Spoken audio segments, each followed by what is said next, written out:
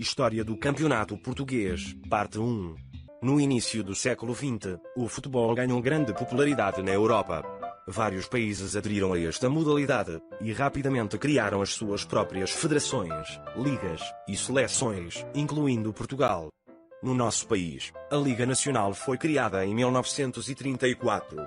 No entanto, é necessário recuar um bocadinho no tempo para compreender a sua origem, mais ou menos para 1921, quando surgiu o Campeonato de Portugal. Em resposta à derrota sofrida num jogo contra a Espanha e também pela inexistência de uma competição a nível nacional, foi criado um torneio que consistia em reunir os campeões regionais do país num sistema de eliminatórias. Houve cerca de 7 campeões diferentes durante esse período. Tudo parecia correr bem, até que algo forçou a mudar o sistema para definir o melhor clube de Portugal. Em 1934, a seleção portuguesa jogou contra a Espanha, novamente, porém, desta vez, a valer uma vaga para o Mundial na Itália. Portugal foi humilhado pelos espanhóis, em Madrid, por 9-0. Este resultado forçou a reflexão de muitos sobre o modelo da competitividade do Campeonato de Portugal, levando à realização de diversas críticas ao torneio.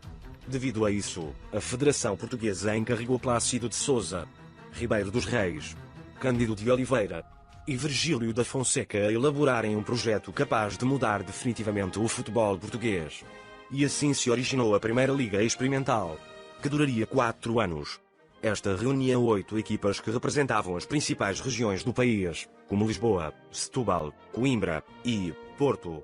Durante esse período, o Futebol Clube do Porto foi campeão uma vez e o Benfica 3 vezes. Além disso, Manuel Soeiro foi o melhor marcador em 2 épocas.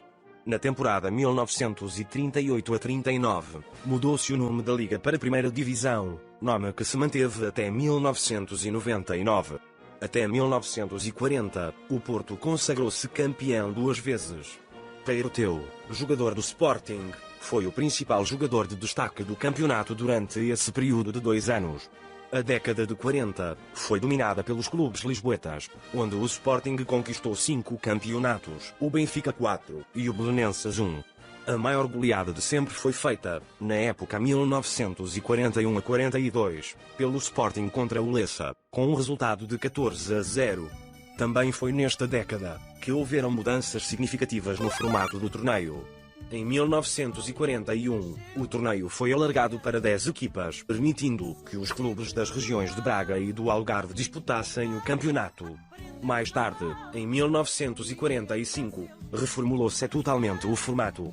Acabaram as qualificações por via regional, e deu-se luz verde ao sistema de divisões. Julinho foi uma figura importante nesse período, porém Peiroteu, membro do ataque dos 5 violinos, foi o jogador que se mais destacou, marcando cerca de 242 golos no campeonato nacional. Na década 50, com a criação da recente Taça dos Campeões Europeus, em 1955, permitiu, graças às campanhas dos clubes, promover a liga para o estrangeiro. Enquanto isso, ao longo desta década, o troféu nacional foi disputado entre os 2 grandes clubes de Lisboa e o do Porto. Além disso, é importante fazer referência para um caso de corrupção remontada na época 1958-59, que envolveu o árbitro Inocêncio Calabote, que foi acusado de favorecer o Benfica no jogo de decisão do título nacional. Além disso, Hernani, Vicente Lucas, Matoteu e José Águas foram os jogadores de maior destaque neste período, onde os últimos 2 dividiram o prémio de melhor marcador durante esta década. Nos anos 60, foi a época de ouro para Portugal. Apesar do forte domínio dos 2 grandes clubes de Lisboa, as campanhas do Benfica na Europa impulsionaram a Liga a ocupar a 4ª posição do ranking de ligas da UEFA. Durante 1963 a 1965, a melhor posição ocupada até hoje. Além disso, a seleção portuguesa conseguiu qualificar-se para o seu primeiro Mundial, em 1966, contribuindo para o cumprimento de mais um objetivo por parte da Federação e da Liga. Para finalizar este magnífico capítulo, a Liga contou com vários jogadores de qualidade como Mário Coluna, José Augusto, António Simões, Torres, Jaime Graça, Costa Pereira, Germano, José Águas, Hilário, Vicente Lucas, José Pereira e, claro, Eusébio. Na década seguinte, o troféu foi disputado entre os três grandes clubes do país, onde o Benfica saiu-se vencedor mais vezes. O Clube da Luz faturou recordes na época 1972 a 73, ganhando o campeonato nacional de forma invicta com o maior aproveitamento da história da competição, além de ter tido a maior distância face ao segundo classificado, como também ter somado o maior número de vitórias consecutivas. Em 1971, houveram alterações no formato, alargando para 16 equipas.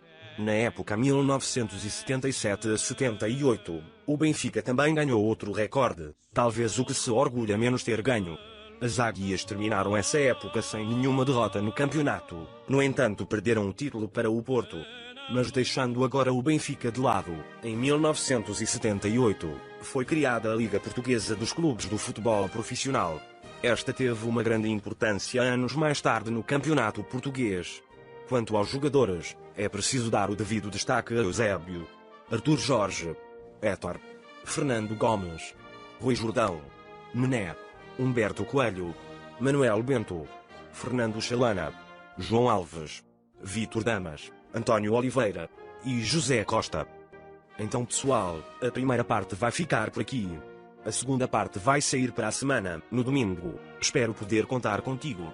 Além disso, peço para dares like neste vídeo, para apoiares o meu trabalho, pois não é fácil trazer estes vídeos com esta frequência, como também para te inscreveres. Compartilha este vídeo com os teus amigos, e vê alguns vídeos sugeridos na tela. É tudo e tchau.